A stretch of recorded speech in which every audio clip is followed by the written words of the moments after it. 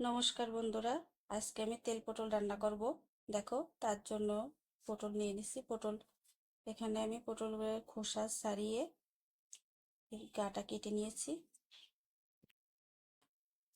সাথে নিয়েছি এলাচ, লবঙ্গ, দারচিনি, গোটা জিরা, তেজপাতা। এখানে আছে জিরা বাটা, গরম মশলা বাটা আর নারকেলের দুধ। এখানে আমি একটা নারকেল ব্যবহার করছি। নারকেলটা প্রথমে কুড়ায়ে তারপর নারকেল দুধটা বের করে রাখছি। চলো তাহলে রান্নাটা শুরু করি। বসিয়ে দিয়েছি কড়াই, এখন সরিষার তেল দিয়ে দিচ্ছি। আমি পুরো রান্নাটা সরিষার তেল দিয়েই করবো। পটলগুলো ভাজবো তো এই জন্য বেশি করে তেল দিয়ে দিলাম। দেখতেই পারছো তেলটা ভালো গরম হয়ে গেছে। এখন আমি এর ভিতর লবণ দিয়ে দিলাম।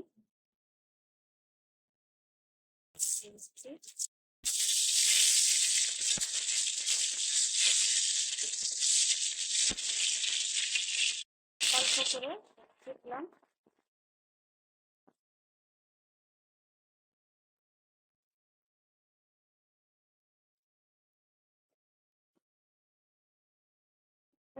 পটলগুলো ভালো করে ভেজে নেব।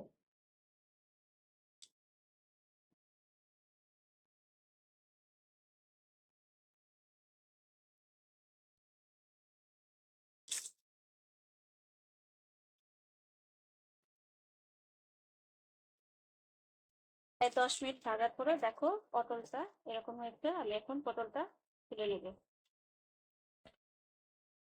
এভাবে বাকি পটলগুলো ভেজে নিচ্ছি।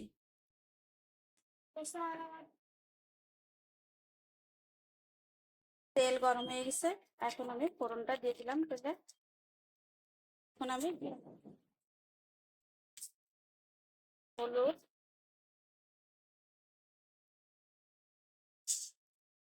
এখন মশলাটা আমি ভালো করে কষিয়ে নেব। জিরা বাটার ভিতরে একটু মরিচ দিয়ে দিয়েছিলাম।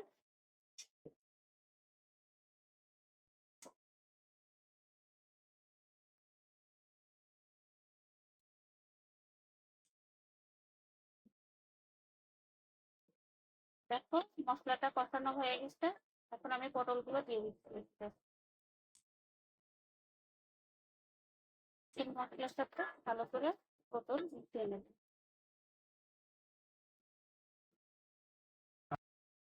এখন আমি নারকেলের দুধ দিয়ে দিচ্ছি।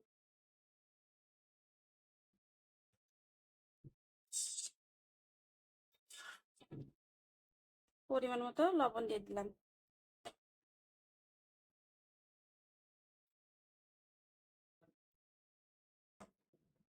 দেখো ঝোলটা অনেক গাঢ় হয়ে গেছে, বাইরের থেকে তেলও বেরোনো শুরু করছে। আমি আর একটু রান্না করব। তারপরে যেহেতু তেল পটল, একটু তেল তো না বেরোলে হবে না। নামানোর আগে আমি গরম মশলা বাটা আর ঘি দিয়েছিলাম, কিন্তু সেই ভিডিওটা কিভাবে জানি না ডিলিট হয়ে গেছে, সেজন্য আপনাদের সাথে শেয়ার করতে পারলাম না। তৈরি হয়ে গেল আমার তেল পটল। দেখো কত সুন্দর হয়েছে। আমার ভিডিওটি যদি তোমাদের ভালো লেগে থাকে তাহলে লাইক, কমেন্ট এবং শেয়ার করে আমার পাশে থাকবে। ধন্যবাদ সবাইকে।